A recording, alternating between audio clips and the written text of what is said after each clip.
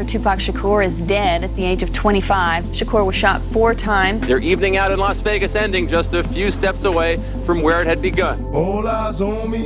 27 ዓመታት ሓሊፉ ክሳብ ዝቀረባ ግዜ ግን ቀተልቱ ክተሓዙ ይቃሉም ንሱ ብህይወት ኣሎ ይሞተን ካብ ሰባት ተሓቢኡ ነብር ኣሎ ኣብ ከተማታት መልክዑ ቀይሩ ክዛወር ተራእዩን ካልኡን ዝብል ወረታት Tupac not dead. You know he's somewhere smoking a Cuban cigar on the island somewhere. You know what I mean? Tupac, sí. 1 y 2. Está ahí. Ah, bueno, tú lo has visto. Sí. All eyes on me. ኣብ ዝሓለፈ ወርሒ ግን እቲ ሓቀኛ ቀታሊ ቱፓክ ሻኩር ኣብ ትሕቲ ሙሉእ ቅጽር ፖሊስ ኣትዩ ይርከብ Las Vegas police have arrested a man connected to the 1996 murder of rapper Tupac Shakur. They have arrested Dwayne Keith Davis, also known as Keffi D. እምበር ከስንሎሚ ነቲ ካብ ዝመውት 27 ዓመታት ኣሕሊፉ ክንሱ ክሳብ ሎም ዕለት ኣርእስቲ ካብ ምስራሕ ዘይዕረፈ ዘሎ ሓደ ካብ ዓበይቲ ምስጢራት ኣማውታ ህቡብ ናይ ሂፕ ሆፕ ኣርቲስት ዝኾነ ቱፓክ ሻኩር ዝድህስስ መደብ ሒዘልኩም ቀሪበ ኣለኹ ሰናይ ምክትታል keep it for the code of the streets. It just came from the backseat for me. All eyes on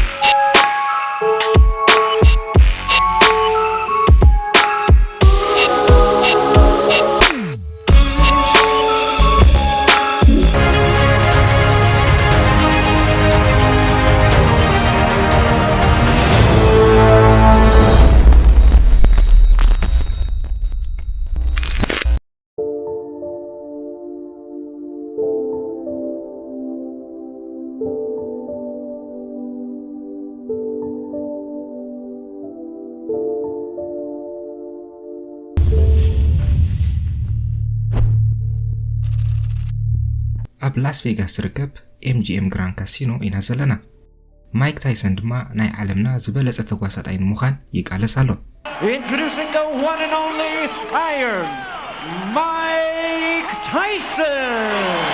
እቲ መወዳደሪ ቦታ ብፍሉጣት ሰባት መሊኡ ኣሎ ቱፓክ እውን ንዓርኩ ማይክ ታይሰን ምድጋፍ ኣብቲ ቦታ ተረኺቡሎ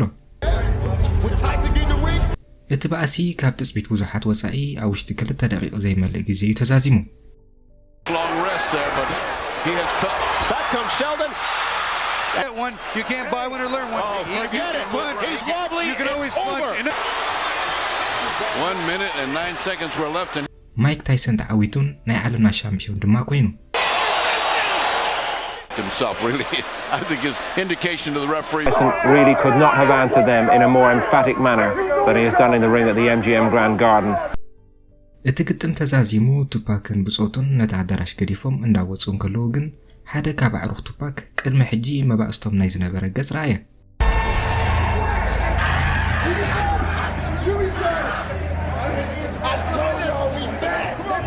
After the fight, Tupac is still in that mode. እቲ ሰብ ኦርላንዶ ኣንደርሰን ዝተባሃለ ኣባል ጉጅለ ጋንግ ክሪፕስ እዩ ነዚ ምስ ረኣየ ቱፓክ ጎይኑ ኣብኡ ብምኻድ ሃሪሙ ኣውደቖ ኦርላንዶ ምስ ወደቐ ኣባላት ኣኽበርቲ ጸጥታ መጺኦም ክሳብ ዝገላግልዎ ብጉጅለ ቱፓክ ከም ሕሱም ተቐጥቀጠ On Las Vegas MGM Grand Hotel surveillance video. Death Row Records co-founder Marion Suge Knight is circled. Rap star Tupac Shakur is nearby. Prosecutors say Knight is seen kicking Orlando Anderson. Orlando Anderson, Crips. ነዘን ኣስማት ጸኒሕና ክንምለሰን ስለ ዝኾና ኣይትረስዕዎን All eyes on me.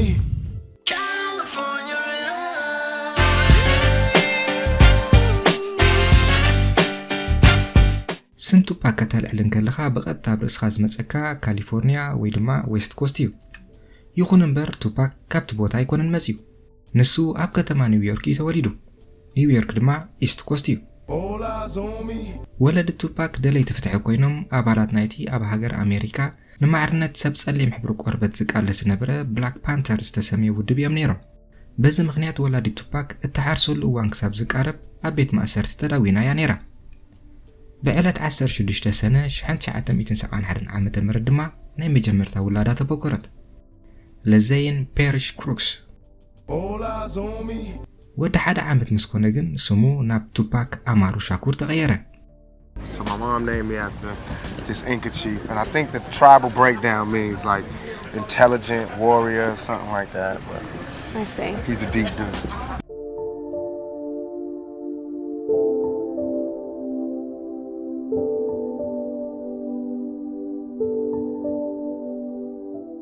እዋን ንእስነት ቱፓክ ብድኽነትን ከልበትበትን ዝተመልአ ነይሩ። ድሕሪ ብዙሕ ኮለድን ምቅያር ገዛውትን ድማ ኣብ ባልቲመር ዓሪፎም ህይወቶም ክመርሑ ጀመሩ። ብድሕሪ እዚ ቱፓክ ኣብቲ ኣብ ባልቲመር ዝርከብ ባልቲመር ስኩል ፎር ዘ ኣርትስ ዝተሰመየ ቤት ትምህርቲ ተመዝጊቡ ክመሃር ጀመረ። ኣብኡ ድማ ምስታ ኣብ ቀጻሊ ብልጽቲ መሓዝኡ ክትከውን ዝኽኣለት ጄዳ ፒንከት ዝተባህለት ጎርዞ ተላለየ። ኣብዚ ምስሊ ትዕዘብዎ ከም ዘለኹም ድማ ምስታ ድሒራ ምስ ዊል ስሚዝ ዝተመርዓወት ጄዳ ሓቢሮም ኣብ ናይ ዊል ስሚዝ ደርፊ ክስዕስዑ ይረኣዩ።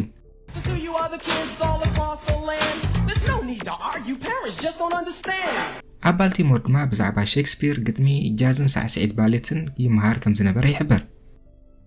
ኣብቲ ግዜ እቲ ድማ ቱፓክ ኣብ ቅድም ሙዚቃ ራፕ ክነጥፍ ዝጀመረ። ይኹን እምበር ብዙሕ ከይጸንሐ ኣዲኡ ምስ ቤተሰቡ ንክነብር ናብ ካሊፎርኒያ ስለ ዝሰደድቶ ነቲ ጀሚርዎ ዝነበረ ትምህርቲ ዲፕሎማ ከይሓዘ ንከቋርጾ ተገደደ። ቱፓክ ዋላ እኳ ዲፕሎማ ይሓዝ እምበር ስሙን ዝኑን ግን ላዕሊ ክስቀል ጀሚሩ ነበረ።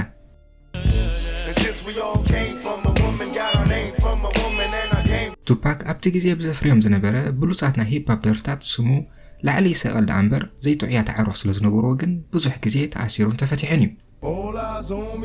ኣብ 1993 ዓመተ ምህረት ድማ ብሰለስተ ገበናት ማለት ብዓመፅ ጓል ኣንስተይቲ መጥቃዕትን ምትሓዝ ሽጉጥን ዝብሉ ገበናት ተኸሰ።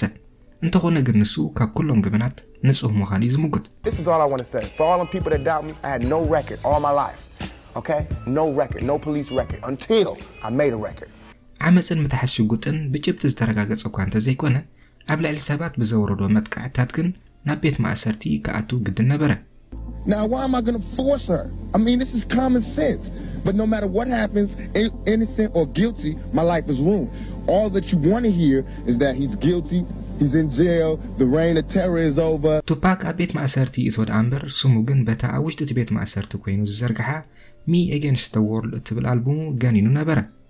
ከም ውፅኢቱ ድማ እቲ ኣልቡም ናይቲ ግዜቲ ዝበለጸት ኣልቡም ብምዃን ቀዳመይቲ ኮይና ክትርቋሕን ከላ ቱፓክ ድማ ብወገኑ እቲ እንኮ ኣብ ውሽጢ ቤት ማእሰርቲ ኮይኑ ናይ ግዜኣ ዝበለጸት ኣልቡም ዝሰርሐ ሰብ ክኸውን በቕዓ።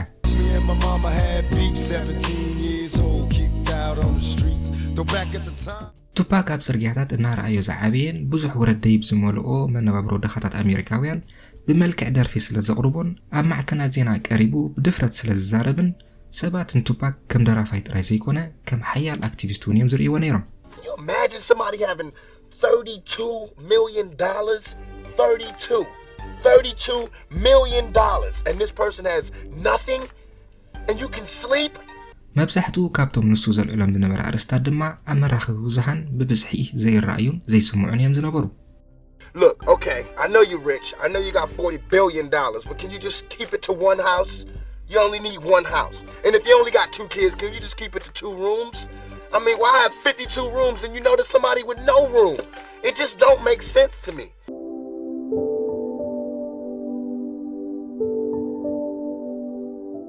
ብዛዕባ ቱፓክ ካብ ተዛረብና ነቲ ኣብ ግዜኡ ቀንዲ መወዳደርቱ ዝነበረ ቢጊ ከይዘከርካ ምሕላፍ ጽቡቕ ኣይመስለንን።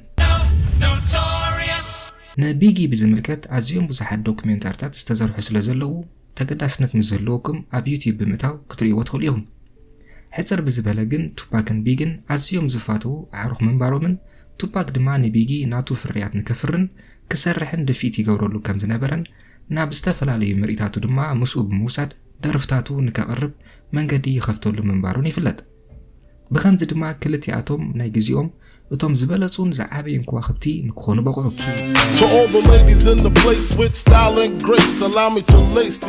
ከም ዝፍለጥ ቢጊ ንብሮክሊን ኒውዮርክ ማለት ኢስት ኮስት ክውክል እንከሎ ቱፓክ ድማ ብወገኑ ንዌስት ኮስት ዝውክል ዝነበረ።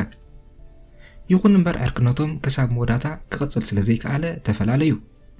እቲ ምኽንያት ድማ ቱፓክ ኣብ 1993 ዓመተ ምህረት ብዓመፅ ጓል ኣንስተይቲ ተኸሲሱ ምንባሩ ዝፍለጥ ኮይኑ ክሱ ድማ ኣብ ከተማ ኒውዮርክ ዝካየድ ነይሩ። ኒውዮርክ ድማ ናይ ብጻዩ ቢጊ ከተማ እያ። እቲ ክሲ ኣዝዩ ብዙሕ ገንዘብ ንክኸፍል ስለ ዘገደዶ ቱፓክ ኣብ ዝሓፀረ ግዜ ገንዘብ ምእካብ ብምባል ናብ ሓደ ስቱድዮ ብምእታው ናይ ካልእ ደራፋይ ዝተዳለወ ኣልቡም ክሰርቕ ፈተነ።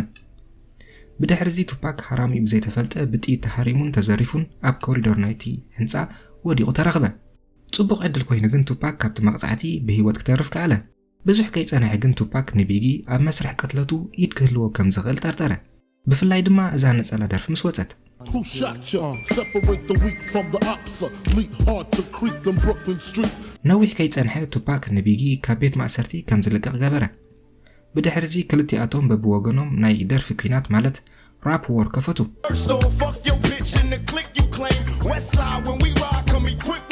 እዚ ደርፍታት እዚ ንሙዚቃ ዓለምና ክዕብሉ ሎም ከሎ ቱፓክ ግን ኣብ ውሽጢ ቤት ማእሰርቲ ነይሩ ካብቲ ቤት ማእሰርቲ ክወፅእ ምዝደሊ ድማ ነቲ ተወሲንዎ ዝነበረ ናይ 1.5 ሚሊዮን ዶላር ዝግመት ናይ ዋሕስቲ ሕጃ ክኸፍል ግድን ነበረ ንቱፓክ ካብ ዝመዓት እዚ ዘውፅኦ እምበኣር ሹግ ናይቲ ዝነበረ ሹግ ሓላፍን መስራትን ናይ ዴዝ ሮው ሪከርድስ ኮይኑ ክንከም በዓል ዶክተር ድሬ ስኑፕ ዳግን ዝኣመሰሉ ስነጥበኛታት ድማ ኣብ ትሕቲኡ የስራሕ ነበረ ይኹን እምበር ሹግ ነቲ ናይቲ ግዜ ዝዓበየ ኮኸብ ስነጥበኛ ቱፓክ ከፈርም ይደሊ ነበረ ኮይኑ ድማ ንቱፓክ ሓደ ጠለብ ኣቕረበሉ ንሱ ድማ ኣነ ነቲ እትሕተቶ ዘለኻ ገንዘብ ክኸፍሎ ንስኻ ድማ ምሳይ ፈሪምካ እንተወሓደ 3 ኣልቡም ክትዘርግሕ ዝብል ነበረ በዚ ዝቐረበሉ ጠለብ ዝዓገበ ቱፓክ ኣብ ዝሓፀረ እዋን ካብቲ ተኣሲሩሉ ዝነበረ ቤት ማእሰርቲ ተለቀ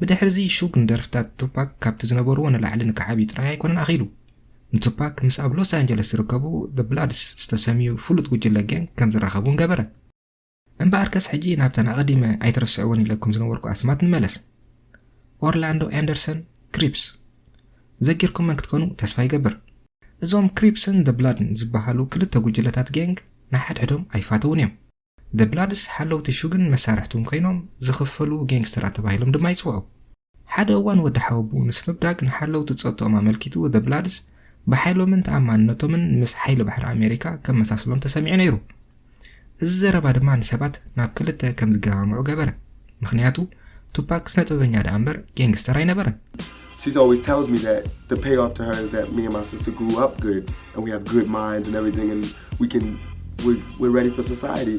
But we just didn't have money and we didn't have the things like that. So that's the only bad thing I think is poverty. If I hated anything, it'd be that. يخون امبر شوق نايتن بتصوتن جن عبارات جين جروب بلادس مخانم زي مرسح. All these weak rappers, Nas, all these suckers, they battling off the East and West like this is a game. This ain't no game. All eyes on me. حجي ناب على تموتو شو عتا مسكرم شحن ساعة 296 كتما لاس فيغاس نيفادا أدارش MGM Grand نملس. Victim Orlando Anderson took the stand. He testified Knight tried to stop the beating. ጉጅለ ቱፓክ ንኦርላንዶ ኣንደርሰን ድሕሪ ምህራሞም ካብቲ ካዚኖ ወፂኦም ናብ ሆቴሎም ብምኻድ ክዳውንቶም ቀያይሮም ናብቲ ቱፓክ ድሒሩ ምርኢት ከርእየሉ ዝተመደበ ክለብ 662 ዝተሰመየ ናይ ሹግ ናይት ክለብ ኣምርሑ 662 እዛ ቁፅሪ ማለት 662 ኣብ ናይ ቅድም ቴሌፎን እንተዳ ጽሒፍካያ MOB ዝብል መልሲ ኢኻ ትረክብ እዚ ማለት ድማ member of Bloods ወይ ኣባል ጉጅለ Bloods እዩ ዝትርጎም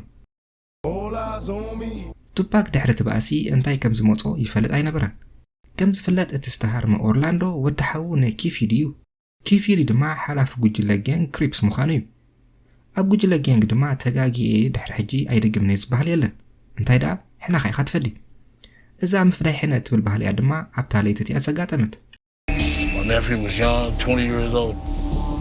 He didn't do nothing to you, you know. He didn't do nothing to you. Tupac shut up, kept his hands to himself. كيفيدي ودحوبو بتوباكن ጉጅልኡን ከም ዝተሃረመ ምሰምዐ ብቕጽበት ክልተ ካብ ደቂ ጉጅልኡን ንኦርላንዶን ሒዙ ብመኪና ሕኑን ምፍዳይ ናብቲ ቱፓክ ዝነበረሉ ቦታ ክለብ 662 ብምምራሕ ኣብ ኣፍ ደገ ደው ኢሎም ንቱፓክ ሹግ ናይትን ብጾቱን ንክወፁ ክጽበይዎም ጀመሩ ይኹን እምበር እቶም ዝደለይዎም ሰባት ቀልጢፎም ስለ ዘይወፁ ብኻልኦት ደቂ ጉጅልኦም ከይጥቅዑ ኣመና ፈርሑን ተረበሹን ድሕሪ ናይ ርብዒ ሰዓት ትጽቢት ድማ ነቲ ውጥን ናብ ካልእ እዋን ቦታን ንክፍጸም ብምውሳን መኪኖም ኣልዒሎም ናብ ቤቶም ተበገዙ ብመኪኖም እንዳተመልሱ ከለዉ ግን ሃንደበት ብዙሓት ኣዋልድ ተኣኪበን ስም ቱፓክ እናልዓላ ክጭደራ ስለ ሰምዑ ኣተኩሮኦም ናብኡ ሰደዱ All the chicks was like, Tupac, and he was like a celebrity, like he was in a parade. ብድሕሪዚ ኪፊድን ብጾትን መኪኖም ናብታ ቱፓክን ሹጉን ዝነበርዋ መኪና ብምጽጋዕ ብረቶም ኣውፅኦም ክትኩሱ ጀመሩ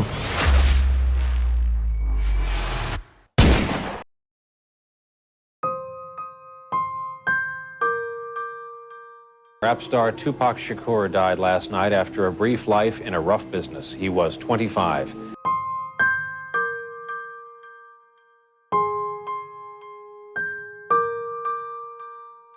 ብርክት ዝበሉ ደገፍቱ ድማ ኣብ ከባቢቲ ቱፓክ ዝዓረፈሉ ሆስፒታል ብምትእኻብ እቲ እንኮ ድምፂ ናይ ወለድና ጠፊኡ ብምባል ንኣማውቱ ምስ ናይ ማልኮም ኤክስን ማርቲን ሉተር ኪንግ ከመሳስሉ ወቃዓሉ።